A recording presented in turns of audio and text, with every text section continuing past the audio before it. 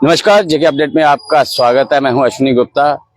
दोस्तों, इस समय मेरे साथ मौजूद हैं शिवसेना हिंदुस्तान के राष्ट्रीय अध्यक्ष पवन गुप्ता जी, जो कि इस समय जम्मू कश्मीर के दौरे पर हैं और इनसे हम बात करेंगे। इस समय जैसे कि लोकसभा चुनाव की आहट महसूस की जा रही है और जम्मू कश्मीर में विधानसभा चुनाव को भी लेकर सुगबू आहट है कि दोनों एक साथ करवाए जा सकते हैं।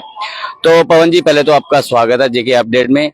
और दूसरा ये बताए कि क्या शिवसेना हिंदुस्तान ने जिस तरह से एक संकेत दिया था कुछ दिन पहले कि लोकसभा चुनाव जो है वो लड़े जा सकते हैं, वो लड़ेंगे, शिवसेना हिंदुस्तान लड़ेगी, आखिर क्या कारण रहे कि क्यों शिवसेना हिंदुस्तान को ये बात कहनी पड़ी?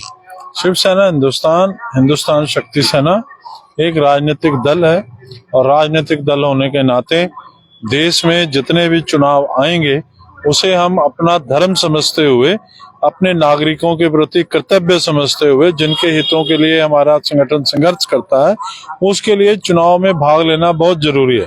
तो 2024 के लोकसभा जो चुनाव आ रहे हैं, शिवसेना हिंदुस्तान शक्ति सेना अपने प्रभाव वाले 10 राज्यों में अपने उम्मीदवार उतारने जा रही है, जिसमें से जम्मू कश्मीर में भी हमारी पार्टी के प्रदेश अध्यक्ष श्री राजेश केसरी जी, युवा इकाई के प्रदेश गणेश चौधरी जी, दोनों मिल करके विशेष करके पंडित राजेश केसरी जी के नेतृत्व में हमारा संगठन बहुत अच्छा काम कर रहा है। तो इसलिए जम्मू कश्मीर में भी जो पिछले समय में आतंकवाद रहा, कश्मीरी पंडितों के साथ जो कुछ भी हुआ, उस सारे मामलों को लेकर शिवसेना हिंदुस्तान लंबे समय से संघर्ष कर रही है। तो ये लोकसभा के चुनाव भी पार्टी लड़ने का मन बना चुकी है और हम आज रात को और कल सुबह भी शिवसेना हिंदुस्तान शक्ति सेना के सभी वरिष्ठ नेताओं की बैठक होने जा रही है।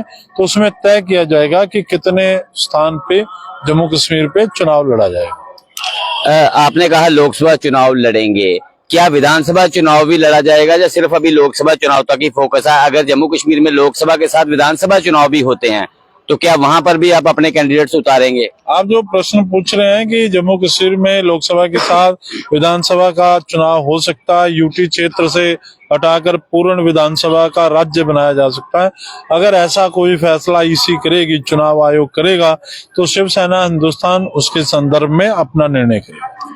अभी तक देखा गया है कि शिवसेना हिंदुस्तान ने भाजपा के हर कार्य को सराहा है, इवन के हर चुनाव में भाजपा के कहीं ना कहीं समर्थन भी किया है।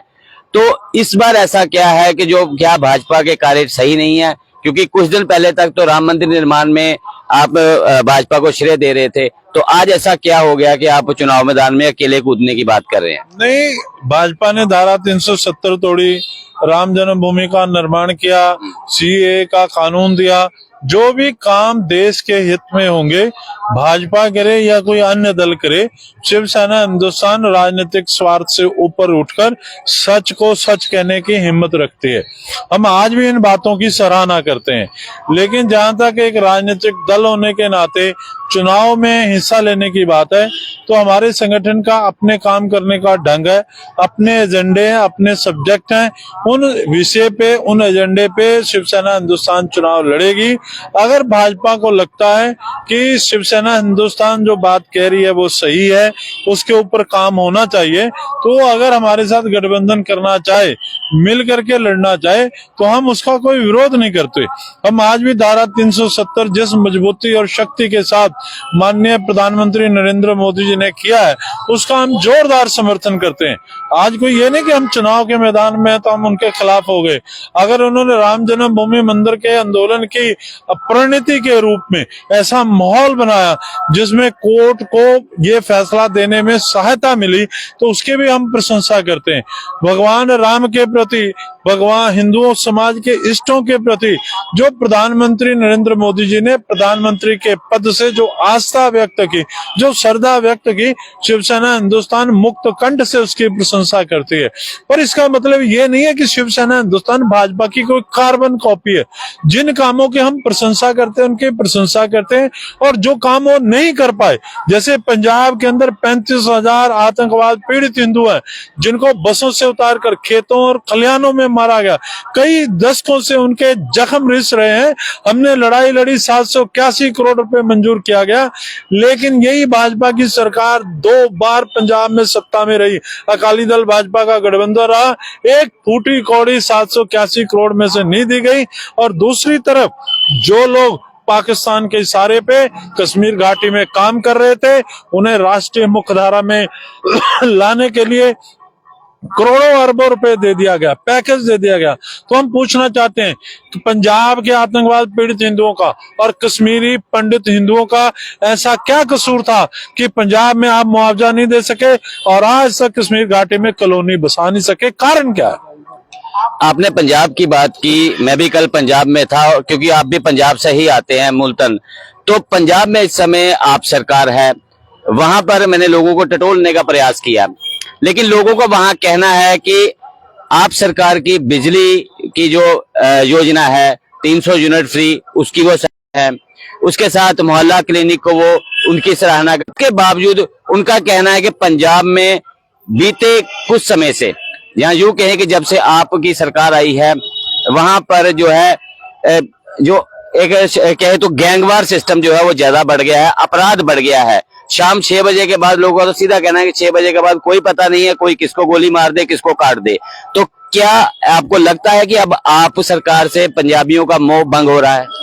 देखिए, जो बात आपने कही कि ये बात ठीक है कि मोहल्ला क्लिनिक बना करके सेहत सुविधाएं देने का प्रयास किया गया। अब वो प्रयास कितना सफल होगा, जब भी कोई स्वतंत्र जनमत परीक्षण का समय आएगा, जब सरकार के प्रभाव के बिना कोई चुनाव होंगे, तो उसमें नतीजे सामने आएंगे। ये भी ठीक है कि उन्होंने बहुत सारे काम ऐसे करने के प्रयास किए, बिजली फ्री में दी।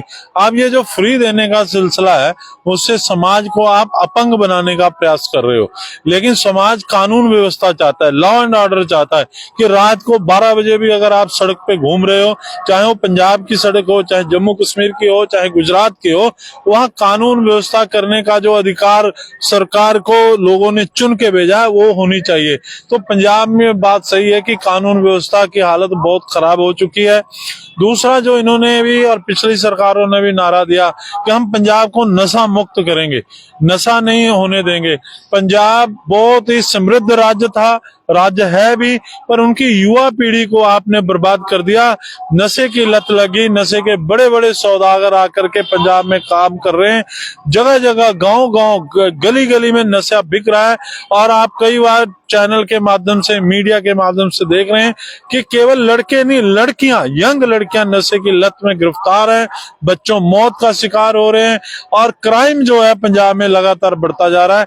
इससे जो आम आदमी की पार्टी की सरकार जो है, जो कहते हैं कि हम मोहल्ला क्लिनिक देख रहे हैं, हम ये विकास कर रहे हैं, वो सारी चीजें गौण होती जा रही हैं।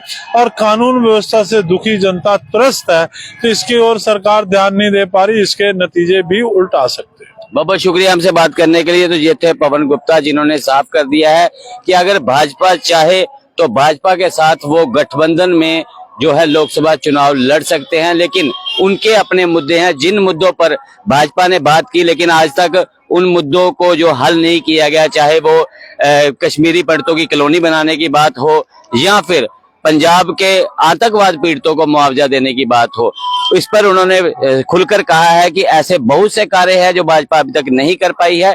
तो इसीलिए शिवसेना हिंदुस्तान जो है वो अकेले चुनाव लड़ने के लिए मैदान में उतर आई है। अब अगर भाजपा को उनका समर्थन करना है तो वो भाजपा कर सकती है। तो मुझे अश्विनी गुप्ता को, कैमरामैन निरंतर शर्मा के साथ दे इजाजत। आप जुड़े रहे जेके अपडेट के साथ।